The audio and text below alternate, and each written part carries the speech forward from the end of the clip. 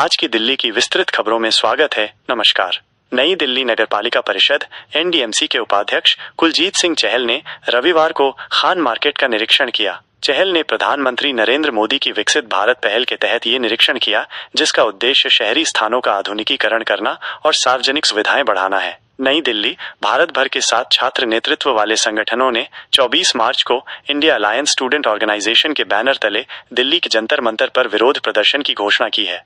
उनकी मांगों में पेपर लीक, विश्वविद्यालय चुनाव कराने और राष्ट्रीय शिक्षा नीति NEP 2020 को वापस लेने के साथ साथ संकाय और शैक्षणिक कर्मचारियों की नियुक्तियों और पदोन्नति पर विश्वविद्यालय अनुदान आयोग UGC के मसौदे जैसे महत्वपूर्ण छात्र मुद्दों को संबोधित करना शामिल है। गाजियाबाद के वसुंधरा सेक्टर 7 में एम्स का सैटेलाइट सेंटर बनाया जाएगा। वसुंधरा सेक्टर 7 नमो भारत स्टेशन NH9 और दिल्ली मेरठ एक्सप्रेसवे के नजदीक है। थोड़ी ही दूरी पर एलिवेटेड रोड भी गुजर रही है। Kaushambi bus depot, Anand Vihar railway station और बस स्टैंड भी नजदीक ही हैं। भारत ने न्यूजीलैंड को चैंपियंस ट्रॉफी फाइनल में 4 विकेट से हरा दिया है। न्यूजीलैंड द्वारा मिले 251 रनों के लक्ष्य को भारत ने 6 गेंद शेष रहते हासिल किया। भारत के लिए रोहित ने सर्वाधिक 76 रन बनाए। होली दिलों को जोड़ती है, प्रेम और सद्भाव के रंग फैलाती है। लोधी गार्डन में वसंत महोत्सव में दिल्ली की CM रेखा गुप्ता।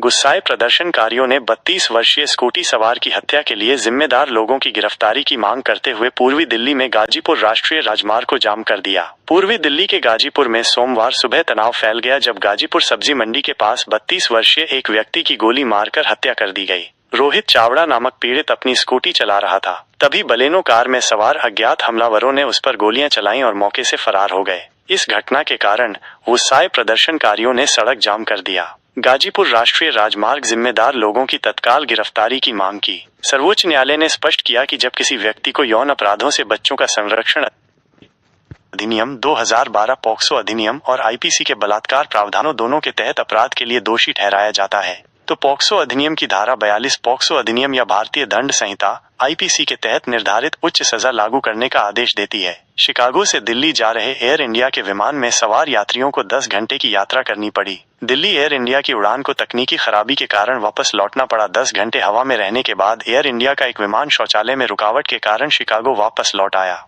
एयरलाइन ने यात्रियों के लिए ठहरने की व्यवस्था की और रिफंड या पुनर्निर्धारण विकल्प की पेशकश की। NMC ने सुप्रीम कोर्ट और अपने फैसले को खारिज किया। मरीज की अपील खारिज की। Ethics and medical registration board ने फरवरी 2023 में एक मरीज की अपील को खारिज कर दिया, जबकि नेशनल मेडिकल कमीशन ने सितंबर 2022 में ऐसी अपीलों पर विचार करने पर सहमति जताई थी। EMRB के फैसले पर सवाल उठाए गए क्योंकि बोर्ड खाली है। यह अस्वीकृति 2022 के पिछले इनकार की नकल प्रतीत होती है, जिससे निर्णय लेने की प्रक्रिया को लेकर चिंताएं बढ़ गईं।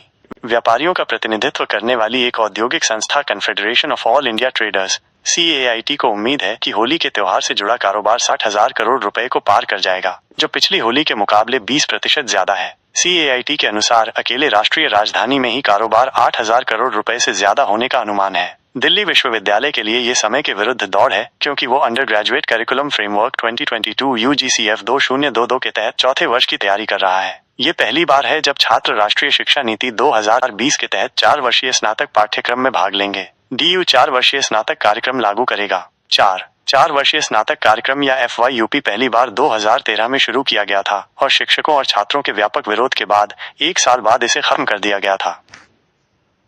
दिल्ली पर्यटन एवं परिवहन विकास निगम DTTDC ने लोक निर्माण विभाग को एक बार फिर पत्र लिखकर सिग्नेचर ब्रिज के रखरखाव का जिम्मा अपने हाथ में लेने का अनुरोध किया है। अधिकारियों ने रविवार को बताया कि निगम के पास इस एलिवेटेड ब्रिज के रखरखाव के लिए पर्याप्त बजट नहीं है। DTTDC के एक अधिकारी ने कहा, इससे पहले भी हमने विभाग को कई बार पत्र लिखकर अनुरोध किया था कि या तो पुल को अपने अधीन कर लिया जाए या इसके रखरखाव के लिए धन मुहैया कराया जाए। यह हिस्सा WD के अंतर्गत आता है, लेकिन पुल का निर्माण पर्यटन विभाग ने किया था। हमारे पास पुल बनाने और 3 साल तक इसके रखरखाव के लिए बजट था। अब वो अवधि खत्म हो गई है।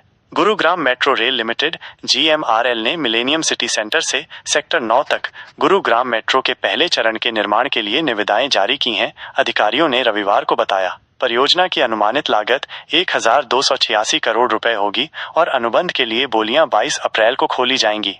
Federation of hotel and restaurant association of India FHRAI ने सरकार से खाद्य और पेय F&B सेवाओं पर वस्तु एवं सेवा कर GST दरों को होटल आवास शुल्क से अलग करने का आह्वान किया है। उन्होंने कहा कि इस कदम से न केवल कराधान सरल होगा बल्कि मेहमानों को पर्याप्त बचत भी होगी।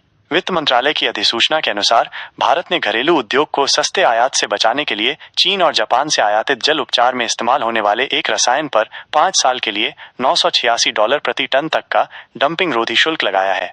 गुरुग्राम यातायात पुलिस ने 1.50 लाख रुपए कैशलेस उपचार योजना के तहत 1 मार्च से 8 मार्च के बीच 11 दुर्घटना पीड़ितों को अस्पताल में भर्ती कराने और कैशलेस उपचार की सुविधा प्रदान की। घायलों को निकटवर्ती पैनल अस्पतालों में भर्ती कराया गया ताकि यह सुनिश्चित किया जा सके कि उन्हें बिना किसी वित्तीय बोझ के तत्काल चिकित्सा सुविधा मिल सके। केजी मार्ग पर 41 संपत्तियों पर कर चूक की कार्रवाई हो सकती है।